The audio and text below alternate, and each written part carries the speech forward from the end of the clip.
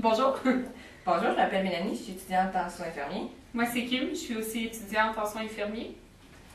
Dans le fond, on est étudiante au cégep de la Pocatière, puis la présentation qu'on fait aujourd'hui, c'est dans le cadre de notre cours de français communication publique, puis notre français 4.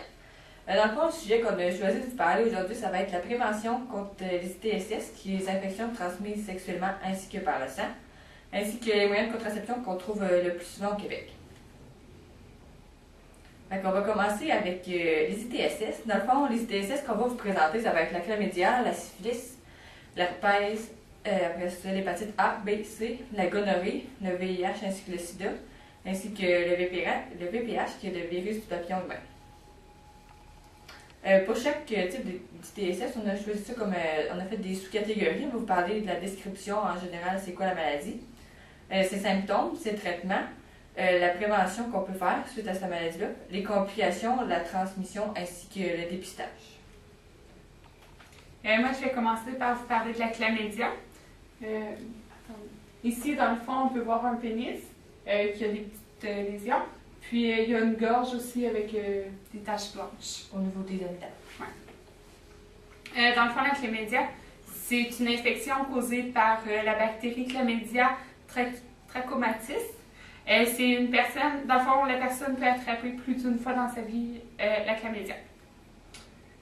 Les symptômes, souvent la personne est asymptomatique parce que les symptômes apparaissent 2 à 3 semaines suite à l'infection. Dans le fond, pour les femmes, on a des pertes vaginales, saignements vaginaux anormaux aussi après les relations sexuelles, puis entre les menstruations. Pour les hommes, il y a un écoulement anormal du pénis ou de l'anus. Puis il y a des picotements ou une sensation de brûlure lorsque la personne a l'urine. Puis aussi, il y a une douleur au niveau des testicules, puis à la région de l'anus. Les traitements, dans le fond, ça se fait avec la prise d'antibiotiques, par voie orale, par la bouche dans le fond, puis ça guérit complètement l'infection. Mais on n'est pas immunisé, elle peut revenir. Les précautions à prendre durant le traitement, c'est comme peu importe quand on prend n'importe quel antibiotique, tant que l'antibiotique n'est pas terminé, on reste contagieux, fait que c'est la même affaire. Tant que le traitement n'est pas terminé, la chlamydia est encore là. Il faut éviter les relations sexuelles jusqu'à temps qu'on soit guéri. Puis ici, la relation sexuelle est pressante, c'est le condom ou la digue dentaire. Dans le fond, la digue dentaire, c'est un condom qu'on coupe le bout, on le coupe à la verticale, puis on le met sur l'organe génitaux qu'on veut toucher avec la bouche. C'est une protection là. Oui. Les complications que ça peut amener de l'infertilité, une douleur chronique au bas du ventre, une grossesse ectopique. La grossesse ectopique, dans le fond, c'est une grossesse qui se déroule dans les trompes de Fallope. Habituellement, la grossesse, elle se déroule dans l'utérus. Puis, quand c'est une grossesse ectopique, ça finit en fausse couche. Chez les hommes, ça amène des douleurs aux testicules. Il peut y avoir une infection chronique de la prostate, puis une augmentation d'être infecté par le VIH. La transmission, il faut faire attention parce que même si on n'a pas de symptômes, on peut la transmettre. C'est transmissible par les relations orales, vaginales et anales, par le contact entre les organes génitaux, puis le partage de jouets sexuels. La protection et les préventions à prendre, il n'y a aucun vaccin pour le moment contre la chlamydia. La seule protection qu'on peut offrir, c'est le condom puis la digue dentaire, puis on ne partage pas les jouets sexuels. Ou sinon, on les nettoie puis on les recouvre d'un condom. Le dépistage, il peut se faire par une prise de sang aussi maintenant, puis avec l'analyse d'un échantillon d'urine ou de sécrétion du vagin, du col de l'utérus, de l'urètre ou de l'anus. Ensuite, on va parler de la syphilis. Dans le fond, la syphilis, on va voir, c'est comme des petits points rouges, là, comme qu'on voit sur les images. Ça va se trouver au niveau de la plante des pieds, au niveau de la paume des mains, ici au niveau du faciès, de la bouche, puis au niveau du dos. Vous allez avoir l'impression qu'on se répète un peu, là, mais les signes et symptômes et les traitements, ça se ressemble pas mal. Dans le fond, pour ce qui est de la description de la syphilis, c'est une infection qui va être causée par une bactérie qui va s'appeler la Treponema pallidum. Dans le fond, une personne a pu attraper la syphilis plus d'une fois dans sa vie. Les symptômes de la syphilis, dans le fond, ça va souvent passer inaperçu, puis on va avoir 4 stades. Dans le fond, ça commence avec le stade primaire, ça va être environ au 3e mois. Dans le fond, on va avoir présence d'un ou de plusieurs ulcères qui vont être nommés comme des chancres. Ça va être au niveau des organes génitaux, de l'anus, de la bouche ou de la gorge. Ensuite, on a le stade secondaire qui va être vers le 6e mois.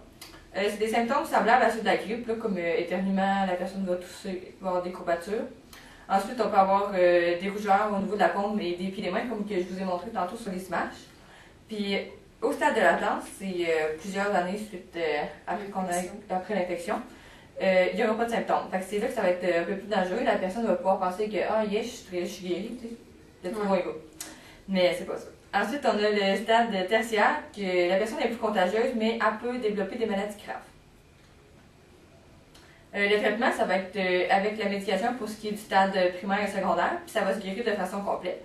Tandis qu'au stade tertiaire, ça va être des dommages qui peuvent être plus permanents. Parce que, comme on disait tantôt, ça peut amener des maladies. Les précautions à prendre durant le traitement, dans le fond, c'est le délai d'action de la médication, ça ne fera pas un effet instantané. On va éviter les relations sexuelles jusqu'à la guérison, ça va être préférable. Puis si jamais c'est trop pressant, utiliser le condom ou la tique dentaire. Les complications que ça peut emmener, ça va être sur des années si ce n'est pas traité. Ça peut emmener des impacts au niveau des organes comme le cœur, le cerveau, les os, ainsi que le foie. Fait que dans le fond, c'est vraiment à prendre au sérieux parce que ça peut venir toucher plusieurs organes de votre corps. Ensuite, la femme enceinte, elle va risquer d'accoucher prématurément ou d'un enfant qui va être mort-né. Pour le nouveau-né, s'il sera à terme, ça va être les complications pour lui, ça va être l'anémie, des anomalies au niveau de la rate, du foie, ainsi que des os, puis il risque un retard du développement. Ça augmente aussi le risque d'être infecté par le VIH. Dans le fond, la transmission, ça peut être encore une fois transmis même s'il n'y a pas de symptômes apparents. Puis les risques de transmission vont être plus élevés l'année qui va suivre l'infection. Ça va se faire par voie orale, vaginale, anale, puis entre contact des organes génitaux, puis le partage des jouets sexuels. Dans le fond, les préventions puis la protection, il n'existe pas encore de vaccin pour le moment. La protection sexuelle, comme on l'a dit tout à l'heure, ça va être le condom et la digue dentaire.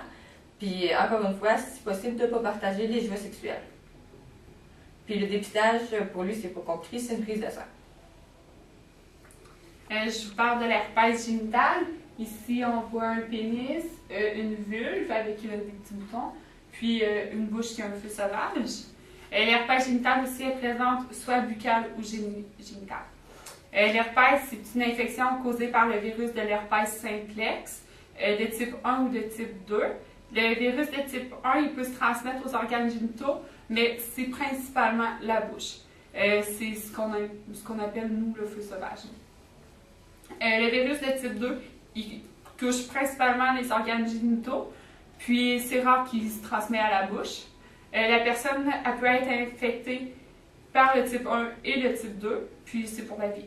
Puis souvent, quand la personne est infectée par le type 1, puis qu'elle va faire une fellation buccale, ben c'est ça qui peut amener le type 2 aussi. C'est très facile que la propagation se fasse. On pense que c'est bénin, un petit peu sauvage, là, mais ça peut amener l'herpès génital. Ouais.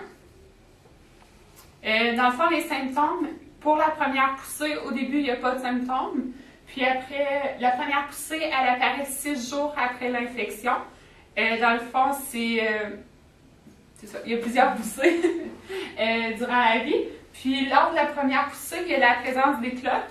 C'est comme des cloches d'eau, dans le fond. Puis c'est au niveau des organes génitaux ou à proximité, fait qu'on peut en avoir sur les cuisses, les aines, les fesses, partout. Puis dans le fond, les cloches d'eau, dans le fond, ils se transforment en lésions. Puis c'est les lésions qui sont contagieuses. Puis vont être aussi douloureuses. Oui. Puis aussi, la première poussée, elle peut amener de la fièvre, des courbatures, puis des maux de tête. Ensuite, il y a les poussées suivantes. C'est de la démangeaison beaucoup, sensation de brûlure et de picotement. Puis il y a les cloques qui sont présentes aussi, qui se transforment en lésions, puis c'est là que la contagion est la plus élevée. Les traitements, il n'y a pas de traitement pour guérir, mais il y a des traitements pour apaiser les symptômes, puis réduire la fréquence des poussées, puis la durée aussi. Les complications, comme toutes les autres TSS, ça augmente le risque d'être infecté par le VIH. Puis le nouveau-né, il peut avoir des lésions à la bouche, aux yeux et à la peau. Souvent, les femmes enceintes, quand ils sont proches d'accoucher, ils font un test pour savoir si... ils ne seraient pas atteints. Oui, c'est ça. La transmission, même en l'absence de symptômes, ça peut être transmis. Les risques de transmission sont plus élevés l'année suivant l'infection. C'est par les relations orales, vaginales et anales, le contact entre les organes génitaux, puis le partage de jouets sexuels. La prévention puis la protection. Bien, on évite d'avoir des relations sexuelles après l'apparition des symptômes puis jusqu'à la disparition des lésions. Parce qu'on sait que c'est les lésions qui sont contagieuses. C'est une belle petite porte d'entrée. Oui. Il n'y a pas de vaccin pour le moment. La protection sexuelle, c'est encore le condom, la dip dentaire. Puis, on ne partage pas les jouets sexuels si c'est possible. Ensuite, on va passer à la gonorrhée. Comme vous pouvez voir sur l'image, au niveau du pénis, c'est un petit écoulement anormal. On voit que c'est pas très agréable. Dans le fond, c'est une infection qui va être causée par une bactérie qui va s'appeler la Neisseria gonorrhea. Ça va être attrapé malheureusement plus d'une fois dans une vie. Les symptômes de la gonorrhée, je voulais vous dire aussi que c'est appelé aussi chaude pisse parce que comme on va le voir dans les symptômes, ça peut amener des brûlures, une sensation de brûlement lorsqu'on va uriner. La personne elle peut être infectée sans le savoir, encore une fois. Ça apparaît généralement de 2 à 7 jours. Ensuite, autant que les hommes que les femmes vont avoir des symptômes. Ouais. Mais je pense que chez les femmes, ils sont moins perceptibles, mettons. Ça pourrait être confondu avec d'autres symptômes. Dans le fond, on va avoir des pertes vaginales anormales, des saignements vaginaux après les relations sexuelles et entre les périodes de menstruation. Comme on avait vu sur l'image tantôt, un écoulement anormal au niveau du pénis ou de l'anus. Comme je vous l'ai dit, picotement ou sensation de brûlure lorsque la personne va uriner, une douleur au niveau des testicules, puis des maux de gorge. Dans le fond, le traitement, ça va se traiter encore une fois à l'aide de la médication. Ça va se guérir de façon complète. Les personnes traitées vont souvent recevoir un traitement contre la chlamydia en même temps. Pour ce qui est des complications, si ce n'est pas traité, ça peut entraîner des complications sur plusieurs années, même s'il n'y a pas de symptômes présents. Les complications possibles, quand on parle de ça, ça va être infertilité, douleur chronique au niveau du bas du ventre, encore une fois la grossesse ectopique, l'augmentation du risque d'être infecté par le VIH. Puis pour la femme enceinte, elle risque d'accoucher prématurément ou de faire une fausse couche. Et les risques pour le nouveau-né, ça va être risque de naître aveugle. Pour ce qui est de la protection et la prévention, il n'y a encore une fois aucun vaccin disponible. On va utiliser le condom lors de tout contact entre les organes génitaux pendant toute la durée de la relation orale, vaginale ou anale. Puis on va utiliser encore une fois la digue dentaire. Puis si possible, ne pas partager vos objets sexuels. Pour ce qui est du dépistage, ça va se faire par l'analyse d'un échantillon d'urine ou de sécrétion qui va être prélevée au niveau du col de l'utérus, de l'urètre, de l'urtère, juste de l'urètre, l'anis ou dans la gorge. L'urtère, vous un petit peu ça commence à être loin. Moi, je vais vous parler du VIH et du SIDA. Dans le fond, le VIH, c'est le virus de l'immunodéficience humaine. Ça s'attaque directement au système immunitaire, je mélange les deux, et ça l'affaiblit. Dans le fond, la personne qui est infectée, elle peut avoir d'autres maladies puis d'autres infections vu que ça attaque le système immunitaire. Puis avec le temps, si le VIH n'est pas traité, ça peut amener le sida. Puis la personne qui a le sida ou le VIH est infectée pour la vie. Puis dans le fond, en premier lieu, la personne a le VIH. Puis si c'est pas traité, ben ça l'amène le sida. En d'autres mots, c'est ça. Les symptômes, c'est que dans le fond, certaines personnes sont infectées puis ils ne savent pas. Ils apparaissent en 2 à 4 semaines après l'infection. Les symptômes sont les suivants.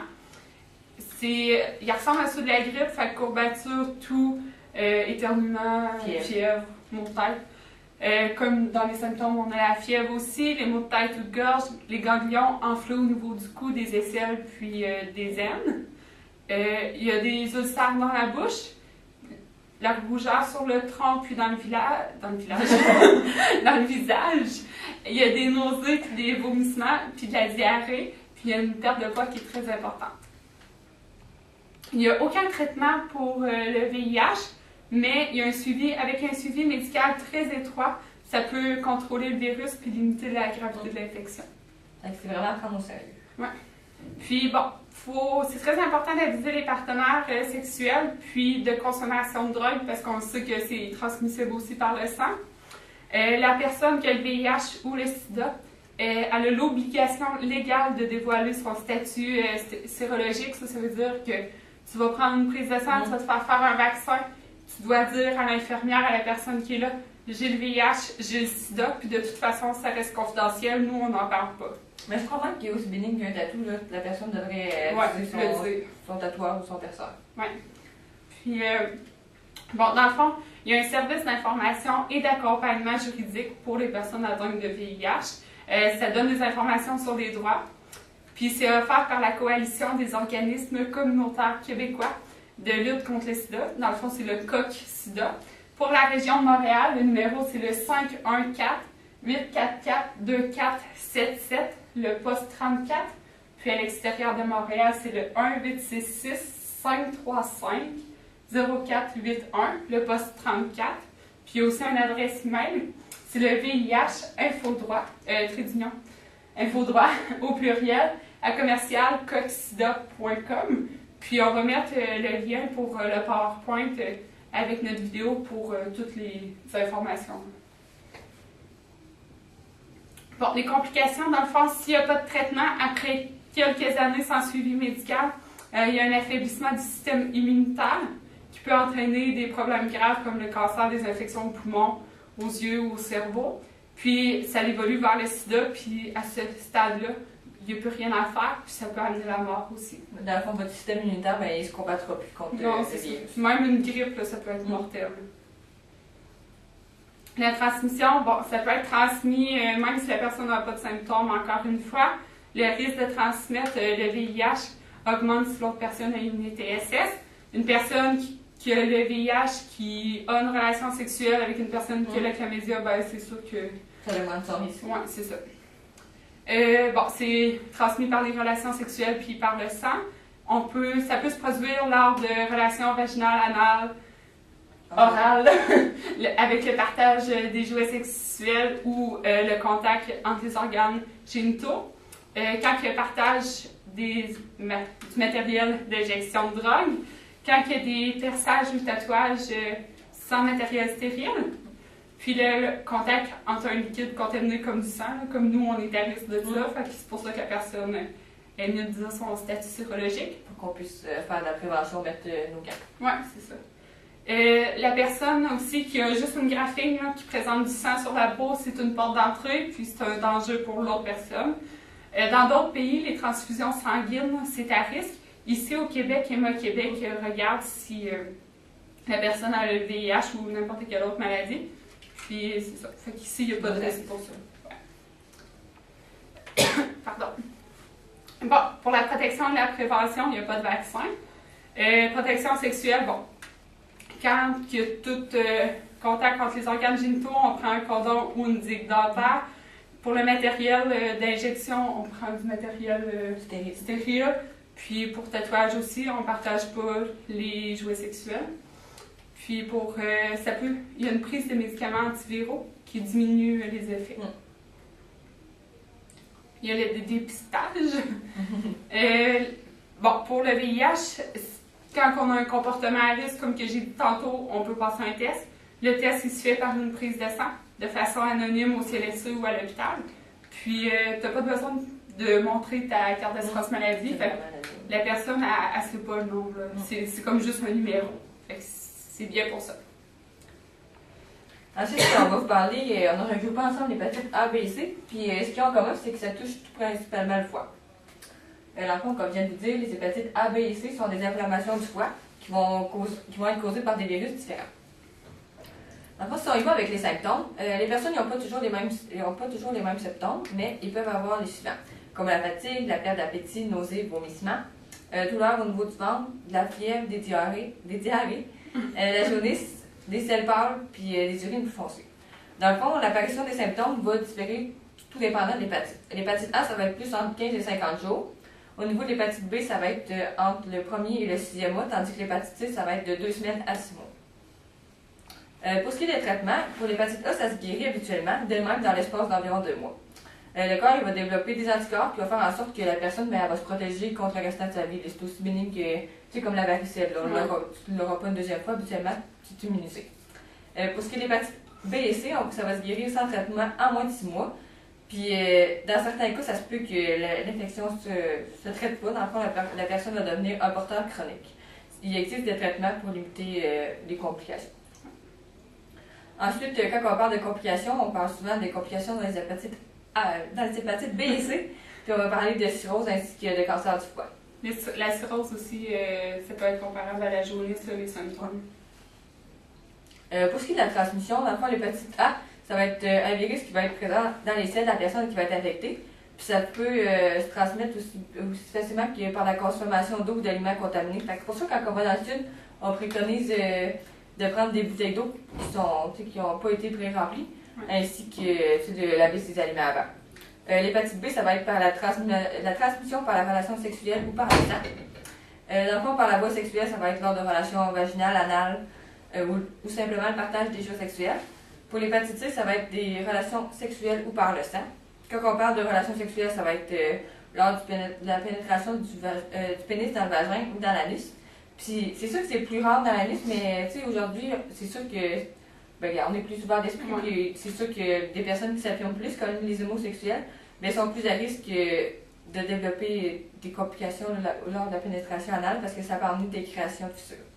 Puis quand on parle par le sang, c'est pour l'hépatite B et C. Puis ça va être par le partage du matériel pour l'injection de drogue, ainsi que le tatouage et les transfusions sanguines. OK. Petit problème technique. Pour ce qui est de la protection et de la prévention, dans le fond, il existe la vaccination pour l'hépatite A et B. Depuis 2013, le nourrisson, dans le fond, ça va être intégré à son carnet de vaccination générale. Fait qu'il va avoir la vaccination dès son jeune âge. Puis on combine souvent le vaccin contre l'hépatite A et B pour les jeunes de quatrième année du primaire. Dans le fond, ça va être gratuit pour les hommes parce qu'ils sont plus à risque de contracter cette hépatite.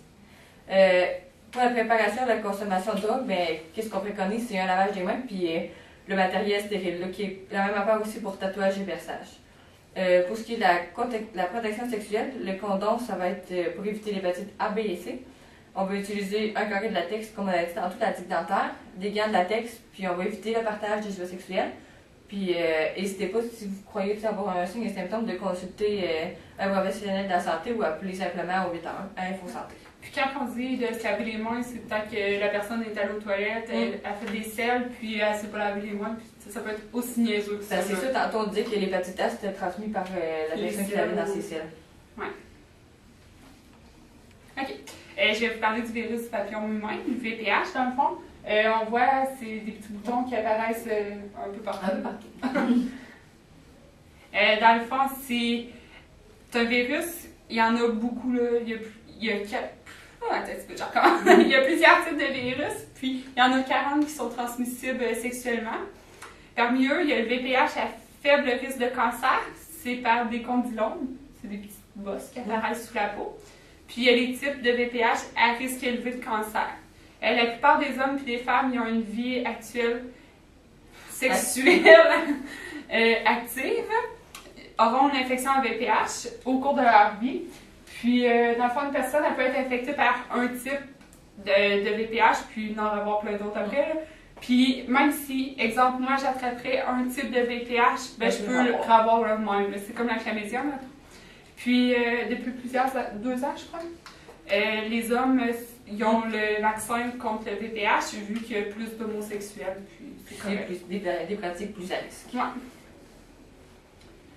Les symptômes, comme tous les autres TSS, c'est souvent asymptomatique. Les condylomes, c'est le VPH à faible risque de cancer. Ça se manifeste sous forme de petites bosses sous la peau, des organes génitaux et parfois de la gorge. Les condylomes apparaissent en 3 semaines, plusieurs semaines ou même années après l'infection. Fait que tu peux avoir le VPH pendant longtemps sans le savoir. Puis, il n'y a pas de traitement, là, ça disparaît tout seul. Là.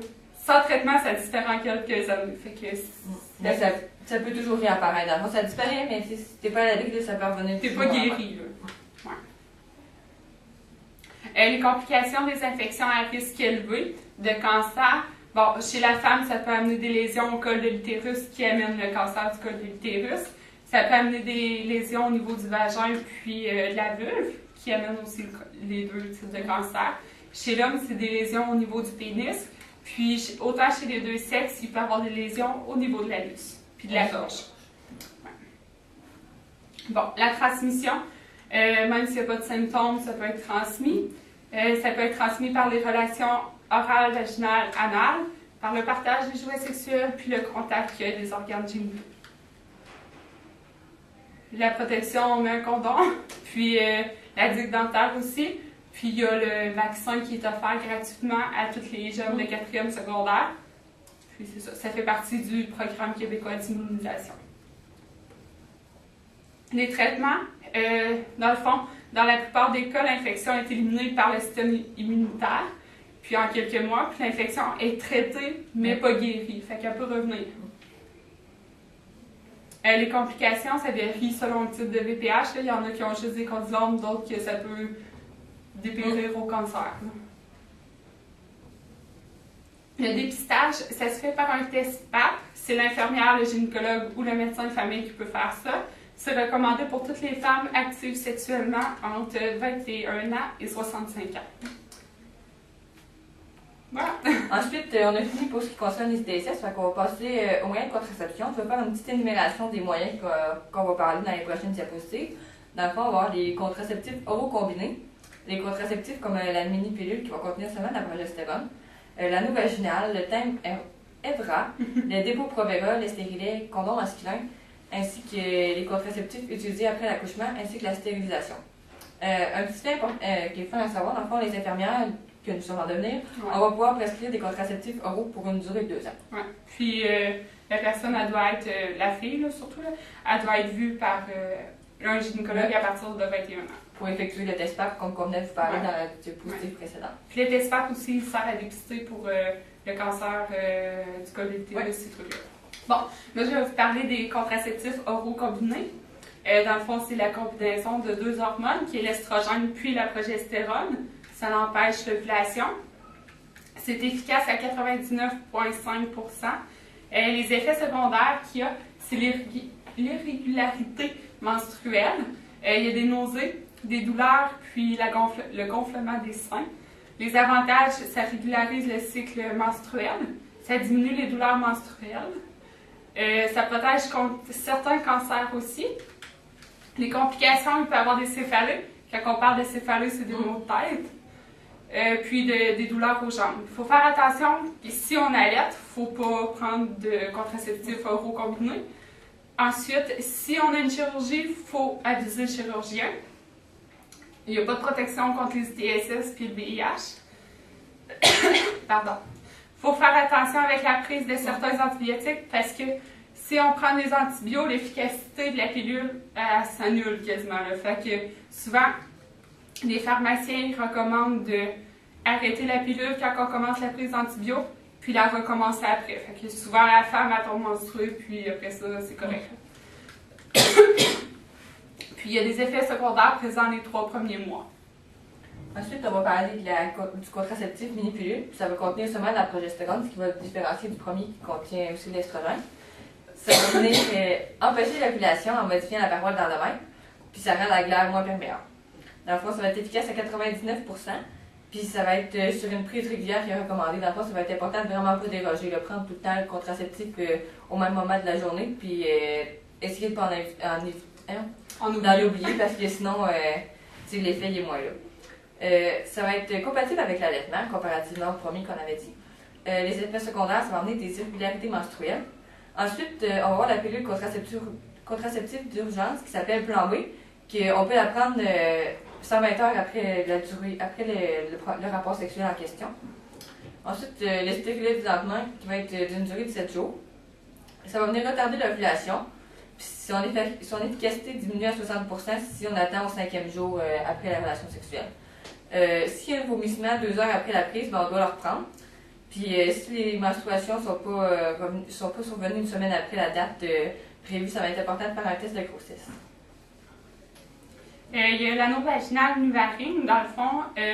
Comme on peut voir, c'est une anneau ronde, c'est à peu près gros comme ça.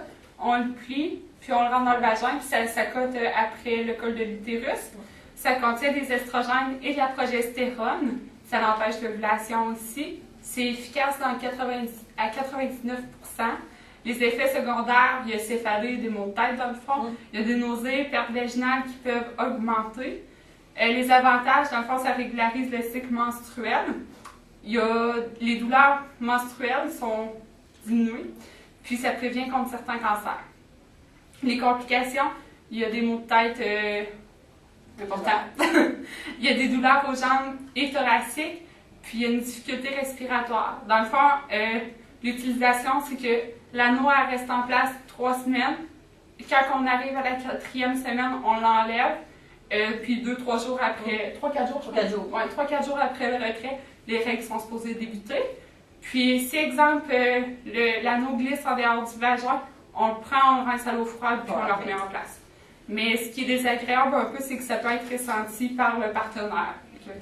C'est pour ça que les méthodes qu'on va voir, parmi ceux-là qu'on va vous énumérer, ça va être plus souvent les contraceptifs oraux. Oui, qui sont utilisés avec le condom.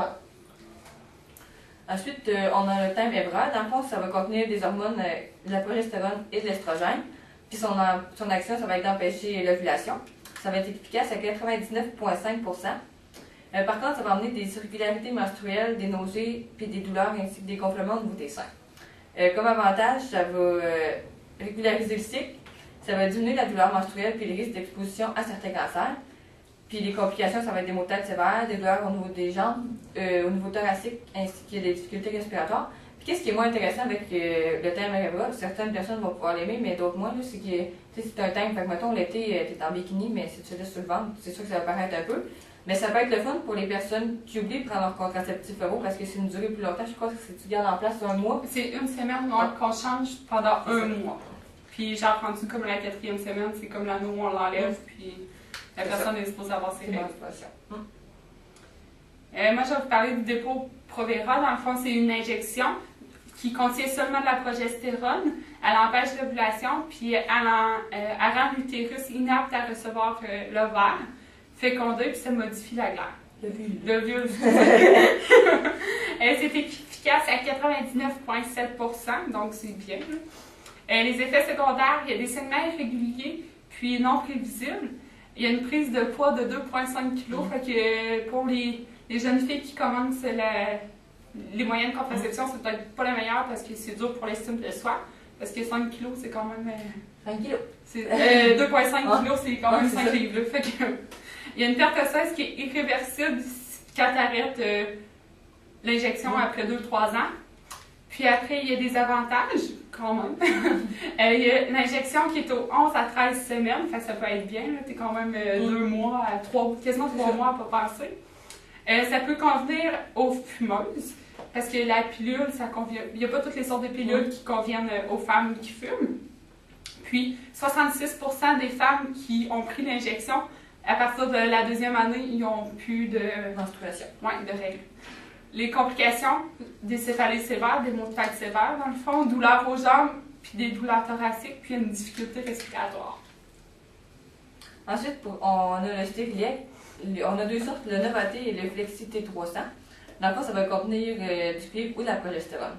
Dans le fond, qu'est-ce que ça va venir? Ça va venir créer une inflammation, puis ça va modifier la paroi de l'endomètre. Ça va être efficace à 99,8%. Les effets secondaires, ça va dépendre de la sorte de stérilet qu'on utilise. En fait, si on va avec celui de cuivre, ça se peut qu'il y ait des menstruations plus abondantes durant les 3 premiers mois, avec des crampes menstruelles. C'est un petit peu désagréable. Pour ce qui est, lui, concernant avec les hormones, dans le fond, c'est des saignements réguliers pendant les 3 à 4 premiers mois. Puis après ça, on a peu ou presque pas de saignements. Avant la pause, ça se peut qu'il y ait une recherche du TSS. Puis les complications, ça peut être des maladies inflammatoires, des grossesses ectopiques, ainsi qu'une perforation utérine. Le condom masculin, excusez, il y a 3 sortes. Il y a le polyuréthane, qui est le Avanti-Trojan Supra, puis il est plus résistant que le latex. Ensuite, il y a le polycyoprène, c'est skin, il est plus moins, plus souple, puis plus résistant. Puis il y a la membrane naturelle qu'on voit presque vite. Même que nous, on n'a jamais vu ça. Dans le fond, ça peut être lubrifié ou pas, puis avec saveur ou non, avec couleur ou non. Ah oui, c'est quoi? Oui, il y a plein de sortes. L'efficacité, c'est 98%. Dans le fond, il ne faut pas le mettre à la chaleur. Il faut vérifier la date d'expiration. On ne met pas ça dans un tiroir, puis en revenant après 3 ans, il va être passé date. Il faut faire attention les filles qui portent des bagues ou aux ongles longs. Il faut faire attention aussi, si la femme a une infection vaginale puis qu'elle se met de la crème, le contact peut être pas bon. Puis on le jette s'il sent pas bon ou s'il est passé date. Puis on l'utilise une seule fois. C'est la meilleure protection contre les ITSS et le VIH. C'est ça. Bon, les étapes, dans le fond, quand on le met, on rouvre de la petite enveloppe. Ensuite, on vérifie de quel sens il se déroule. On pince le bout pour enlever l'air. On le met sur le pénis, puis on déroule. Pour l'enlever, on l'enlève. Puis on le met dans un Kleenex, puis on le jette. Ensuite, la contraception après l'accouchement, dans le fond, il existe 4 méthodes. On a la méthode barrière, qui s'agit encore une fois du condom. La méthode hormonale, qui contient la progestérone seulement. On va préconiser d'attendre environ 3 semaines post-accouchement. Ensuite, la méthode hormonale, qui est une combinaison de progestérone et d'estrogène. Elle, on va attendre environ 6 mois. Puis le stérilet, on va une durée de 4 semaines, donc on va attendre après l'accouchement.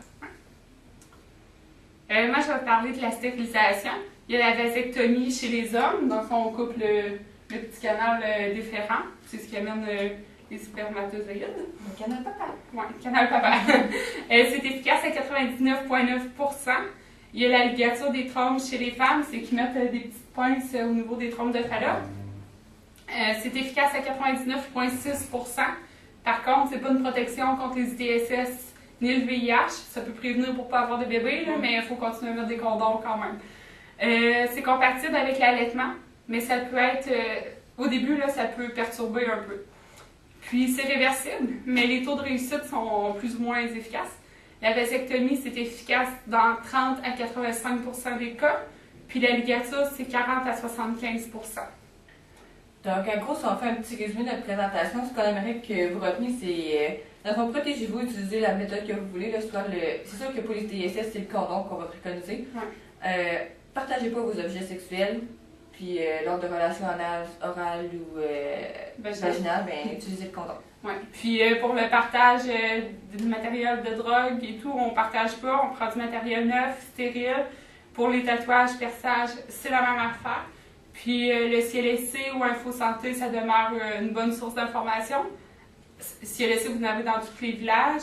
Puis Info Santé, c'est au 811 qu'on peut appeler. Il y a une personne 24 heures sur 24, 7 jours sur 7. Merci de votre écoute. Merci beaucoup.